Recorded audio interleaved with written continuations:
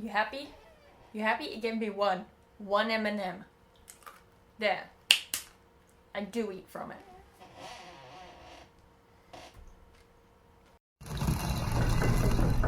Hello humans, my name is Dale Kingsmill and today I am here bringing you another myth story. Good old myth stories, what I like to tell. Today's story is actually, I'm pretty sure this was the first request I ever got for a myth video. So I mean, I did get round to it, eventually. It has happened. This is the story of Antigone. Fun fact, we actually studied Antigone during the Greek theatre component in like year 8 or 9 in high school. Mine sister, mine dearest Mimi, what haven't you heard? Not I, Antigone, haven't heard a word. Oh, exactly like that. Spot on. Oh, we were young. So the story of Antigone takes place after Oedipus Rex and the 7 against Thebes. So basically, Oedipus became king, found out all that stuff he done found out. He's no longer king.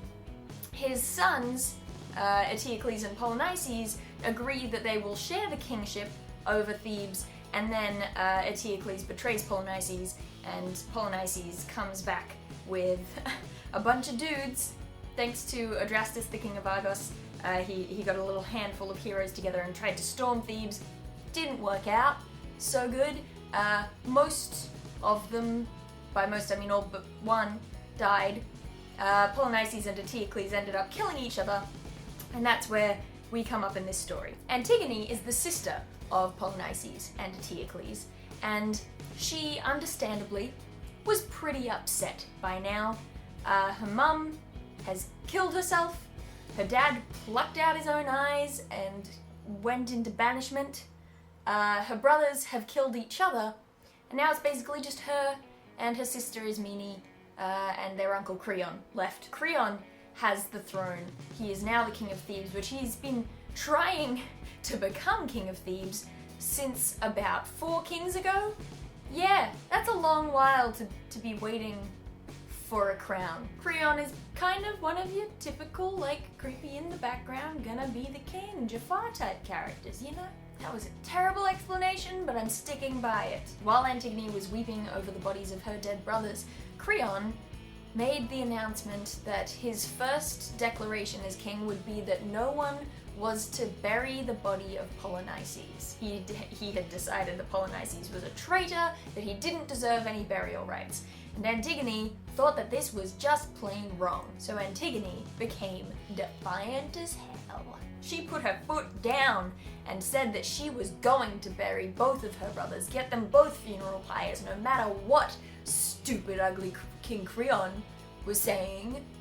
Stupid. So Antigone tried to recruit the help of her sister Ismene and Polynices' wife to get this whole proper burial thing going, get that ball rolling. Ismene was a pretty cautious person, and so she stepped back and said, I don't know about this, I think I'm just gonna follow the new law if that's alright by you. It wasn't, by the way, but Antigone let it slide because she did manage to convince her brother's widow to help her out. So, in the dead of night, the two women took the bodies of Polynices and Eteocles and took them out into the fields outside of Thebes, where they set up funeral pyres and burnt them there.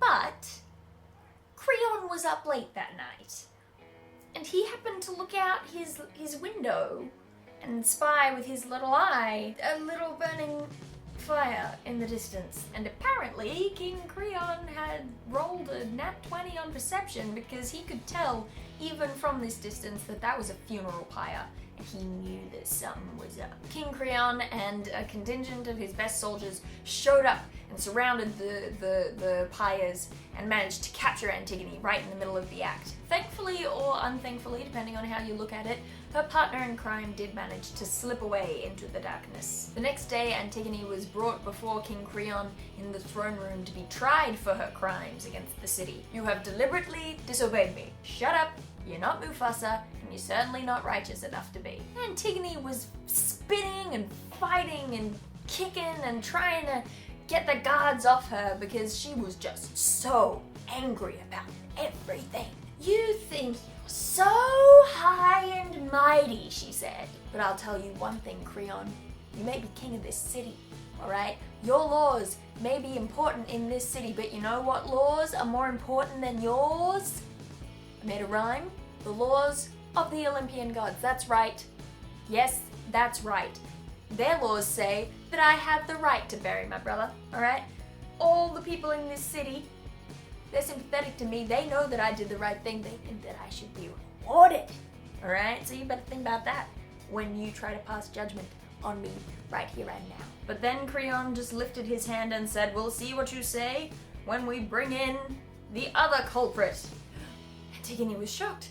She thought she was the only one who'd been caught. And then the guards brought in Ismene and the anticlimax hit her. Oh, you moron. She had nothing to do with it. Let her go. Creon didn't quite know what to say, but Ismene, seeing Antigone all bound up and struggling against the guards, was filled with sudden sympathy for her sister and wanted to do something noble to try and help. Oh, but please, whatever you do to my sister, do it to me too, said Ismene. I can't bear to see her go through something so terrible as a punishment for this without going through it myself and bearing that same punishment. Creon looked even a little more confused, but Antigone knew exactly what she wanted to say. Get lost, said Antigone. You had nothing to do with it.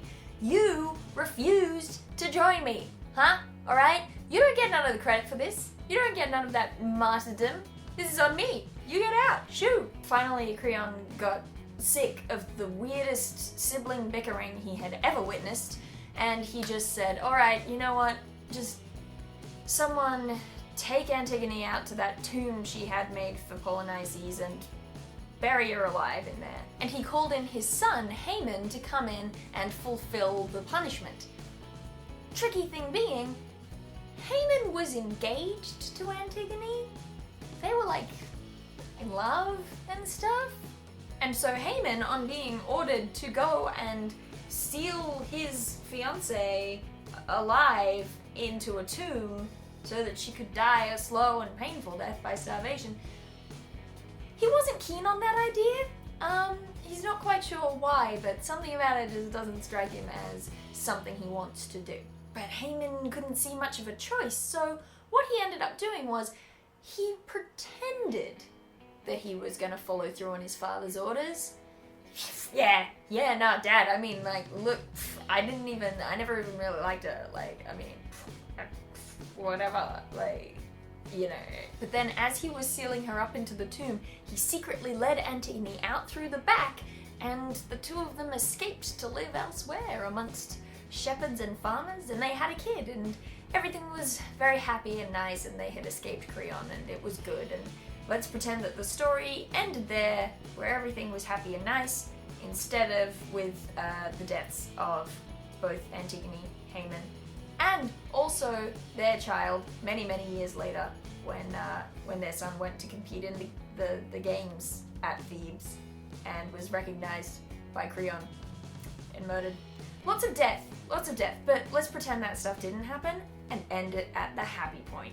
How about that? So that's the story of Antigone. Bear in mind that this is one of those stories that has a few different variations, and they are drastically different. Alright, so just, this is a version of Antigone. It's the one that I like best. The one where I leave off the tragic ending. People get to live. I like it when people get to live. Tragic ending or no, I do hope that you enjoyed that story. If you did, I would really appreciate it if you could hit the like button and share it on your favorite social media website, because every little bit of interaction positively towards the video helps in its own small way, so that would make me extraordinarily happy. If this is your first time on my channel, or you haven't yet subscribed to my channel but have been watching some of the videos, then consider hitting that subscribe button, because that way you get notifications and updates of more myth videos like this every 2 weeks, as well as I just hit myself in the face, as well as other nerdy videos and things that come up in between then. So you should subscribe and come be my friend. Why can't we be friends? Why can't we be friends? Okay, alright. I think that for now, that's it. I'm done. And I'll see you guys some other time. Don't forget to email this to your grandma. Yeah, that's the one right there. Go done do that. Or not, whatever.